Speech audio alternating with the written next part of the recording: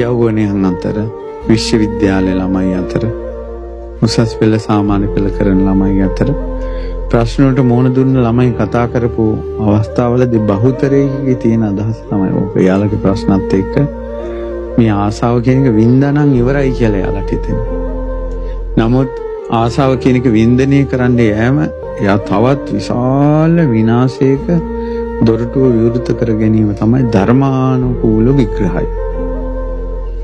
ඊට වැඩිය හිතට එන හැඟීම් පාලනය කරගෙන ධර්මානුකූලව සංසිඳවාගෙන ඇත්ත විමසා ඉන්න එක ගොඩාක් හොඳයි. ඒක වින්දනය කරනවට වඩා තමයි එතනින් ඇති වෙන සමහර ප්‍රශ්න නිසා තරුණ කාලේ පොඩි කාලේ මේ තරුණ ජීවිත විනාශ වීම, ගැප් ගැනීම, ගබ්සා කිරීම, ඒ වගේ සමහරට පොඩි අය දරුවෙක් මරණ තැනට පවා මිනී මැරුමකට පවා යනවා.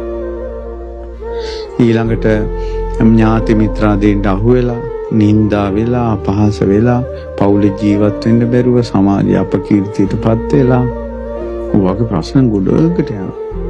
ඊට වැඩි යා තනියෙන් හැඟීම පාලනය කරගෙන ඉන්න එක වටිනවා ඒ අත්දැකීම ලබන්න යනවට වඩා. ඉතින් එහෙම තියෙනවා.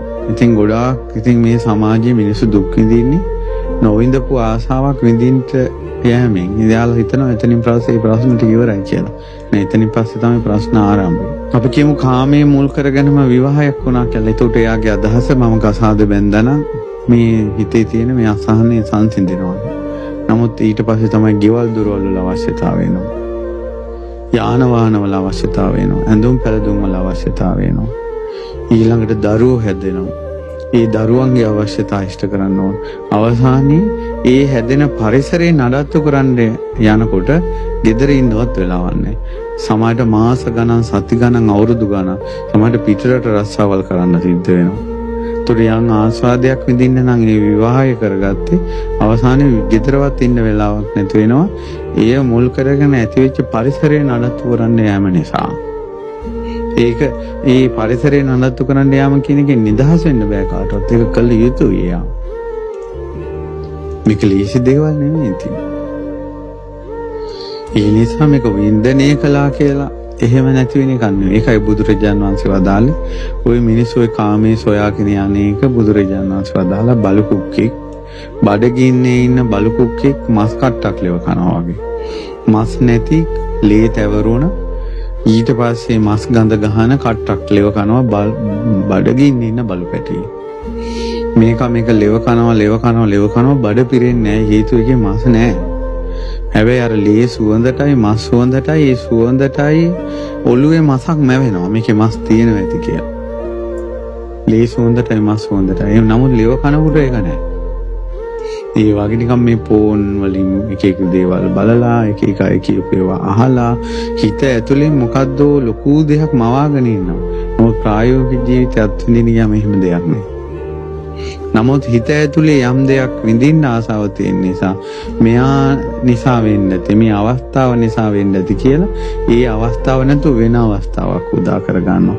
මෙයා නැතුව වෙන කෙනෙක් තව හොයනවා. හිතේ තියෙන එක ජීවිතේට ලබා ගන්න එක එක්කෙනා මේ තුලින් ඒ ආස්වාදේ සොයාගෙන යනවා.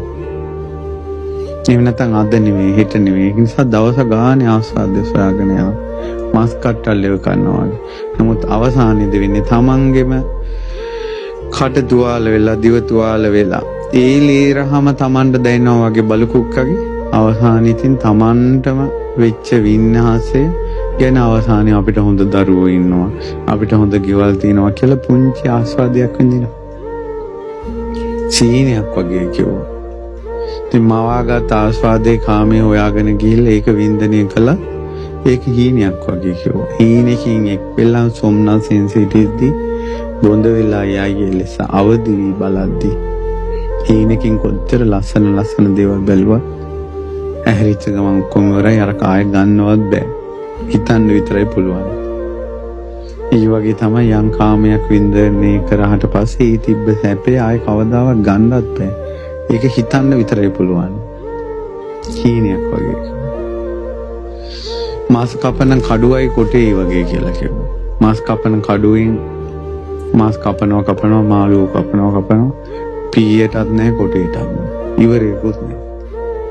ඒ වගේ ඉතින් ඔය කාමයේ නිසා කරන දේවල් වලින් කරන කෙනාට එපා වෙන්නේත් නැහැ. මොකක්වත් නැහැ. හිතේ ආසාවත් ඉවර වෙන්නේත් නැහැ. නමුත් මොන හරි දේවල් සිද්ධ වෙවි යනවා. ඊට පස්සේ බුදුරජාණන් වහන්සේ වදාලා ගහක ගෙඩි කනවා වගේ කියලා. එක මිනිසෙකුට බඩගින්න වෙලා ගහකට නැග. ඒ මනුස්සර ගහ නගින්න පුළුවන් කියන්නේ. ගෙඩි කකා සතුටින් ඉන්න. තව මිනිසෙකුට ගහේ නගින්න බෑ. අතේ පොරවක් තියෙනවා. මේ මිනිහා හිතුවා ගහ කපලා මේවා කරන්න ඕනේ කියලා ගහ කපනවා. ඉතර උඩ ඉන්න මිනිස්සයා තවත් කකා ඉන්න ඕනේ ඉක්මනට බහින්න ඕනේ. ගහින් පැනලා හරි බේරෙන්න ඕන අර නැත්නම් ගහ වැටෙනවා. ඒ වගේ තමයි දැන් පාට ලැබුණා දැන්. ඉස්කෝලේ ගියා, තරුණ ජීවිතයකට ආවා, කසාද බැන්දා, දරුවෝ හැදුවා. දැන් ගහේ ගෙඩි කනවා. නමුත් ජරා මරණ කියන පොරවෙන් අපි ඉන්න මේ ජීවිතේ නැමැති ගහ කැපෙනවා.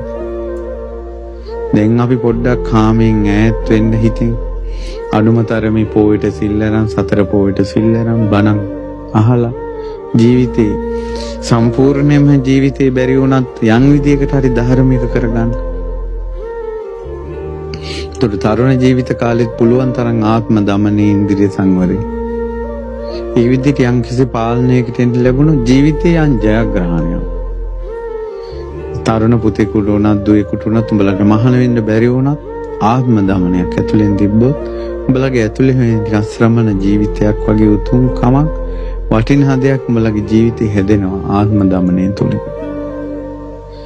ඊට පස්සේ බුදුරජාණන් වහන්සේ වදාලා මේ කාමයේ කියන එක හරියට හුලුවත්තක් වගේ කිව්වා. හුලුවත්තක් අතින් පන්දමක් අල්ලගෙන ඉන්නකොට හුලුවත්ත පත් වී පහළට එනවා. දැන් මෙයාට පිච්චෙන්නේ නැතුව ඉන්න නම් කරන්න තියෙන අතාරින්න ඕනේ. ඒ වගේ මේ කාමයේ නිසා, කාමයේ අල්ලගෙන ඉඳීම නිසා, කාමයේ පිටිපස්සේ දුවන නිසා පිච්චි ඉන්නේ. ඒක හොඳම දේ තමයි අතාරින එක. දැන් ওই තරුණ දූල පුතාලා ඉන්නවා තව කෙල්ල කොල්ල ගැන හිතා දුක් විඳව පිච්චි. මේ මානසිකාරය ඉතින් අත්හැර ගන්න බෑ. අත්හැරීම කියන්නේ සැපයක්. අල්ලගෙන කියන්නේ දුක. උනායිසරයක් කියනවා. අත්හැරීම කියන්නේ සැපයක්. අල්ලගෙන කියන්නේ දුක. අත්හැරීම සැපයක්. අල්ලගෙන දුක. ඉතින් මේ විදිහට බුදුරජාණන් වහන්සේ නොයෙක් උපමාවලින් මේ කාමයේ කියන එක වදාළා. ණයට ගත්ත දෙයක් වගේ කිව්ව මොකෝවත් නැති කෙනෙකුට හැමදේම ණයට ගන්න. තවමත් නගරයක් මැද ඒ අයිතිකාරය ඇවිල්ලා කියනවා උඹ මගෙන් ණයට ගත්තේවා තියෙන දියන් ඕන කියලා ඉල්ල ගන්නවා. ඒතකොට එයාගේ ඇඳුම් ටික ගලවලා දෙන්න වෙන්නේ කැමැත්තෙන් නෙවෙයි අකමැත්තෙන්. ආභරණ ගලවලා දෙන්න වෙන්නේ කැමැත්තෙන් නෙවෙයි අකමැත්තෙන්. නූල් පොටක්වත් නැතුව මේ ලෝකෙ ඉපදිච්ච අපිට මේ ඇඳුම් ටික කන්න බොන්න දේවල් කෙවල් දොරවල් ඉඩකඩ ඔක්කොම අපිට මේ ලෝකෙන් ලැබුණේ ණයට ගත්තේ. මැරෙනකොට මේ ලෝකෙන් ගත්ත දේවල් ඔක්කොම ටික දැන් දීලා ඇඳුමේ ඉඳලම දීලා යනවා. කැමැත්තෙන් දෙන්නේ අතහැර ගන්න බැරුව මැරෙන්නේ මිනිස්සු. මට ඇහුණා මේ අපේ ස්වාමීන් වහන්සේ නමක් කියනවා මේ ස්වාමීන් වහන්සේ මුණ ගැහින්න පුතෙක් ඇවිල්ලා. ඒ පුතා අම්මා අසනීප වෙලා ඉස්පිරිතාලේ 50 දිනකට ළඟ ඉඳලා තියෙනවා. ඊට පස්සේ අම්මා පුතාට කතා කරලා අත අල්ලගෙන දැන් මේ ඔසම අදිනවා. ඊට පස්සේ ඇයි අම්මේ කියලා. අම්මා කියලා අර නඩුව නතර කරන්න එපා දිගටම කරගෙන ඵලයක්. උන්ට ඉඩම යන්න දෙන්න එපා කියලා එහෙම මැරිලා. කොහොමද? මැරෙන වෙලාවෙත් අල්ලගත්තා. අත්හැර ගන්න බැහැ. ඔයාලා හිතියට දැන් අපි කවුරුත් මැරෙන මොහොතක් ඔබටත් මටත් එනවා. දැන් පුරුදු නැත්තම් අත්හැරීම කියන එක මැරෙන වෙලාවෙත් අල්ලගනිවි. හොඳයි ඉතින් ඔන්න ගොඩක් දේවල් කතා කළා මේ වෙලාවේ. කියන්න උත්සාහ කළේ කාමයේ කියන එක වින්දනය කරලා මේක හිතේ ආසාව නැති වෙන්නේ. ඔක තමයි ඇත්ත. තව වැඩි වෙනවා කුස්ටි කනවා වගේ. ඒ නිසා ආත්ම දමනය තමයි හොඳ. ආත්ම දමනයට ධර්මයේ කල්පනා කරන්න ඕන. පින්පව විශ්වාස කරන්න ඕන. මිලෝ පරලෝ විශ්වාස කරන්න ඕන. හොඳ නරක විශ්වාස කරන්න ඕන. බුදුරජාණන් වහන්සේගේ ධර්මයේම සිහි කරන්න ඕන. නැවත බණ අහන්න, ධර්මය අහන්න. ඔයාලගේ ජීවිතය සුවපත් කරගන්න. ඔබෙත් මගේත් හිතේ ගිනි නිවි. ශාන්ත සංසිඳී ගිය පිනති සිත් බවට සුදුසු සිත් බවට පත් වේවා කියන ප්‍රාර්ථනාව තියෙනවා.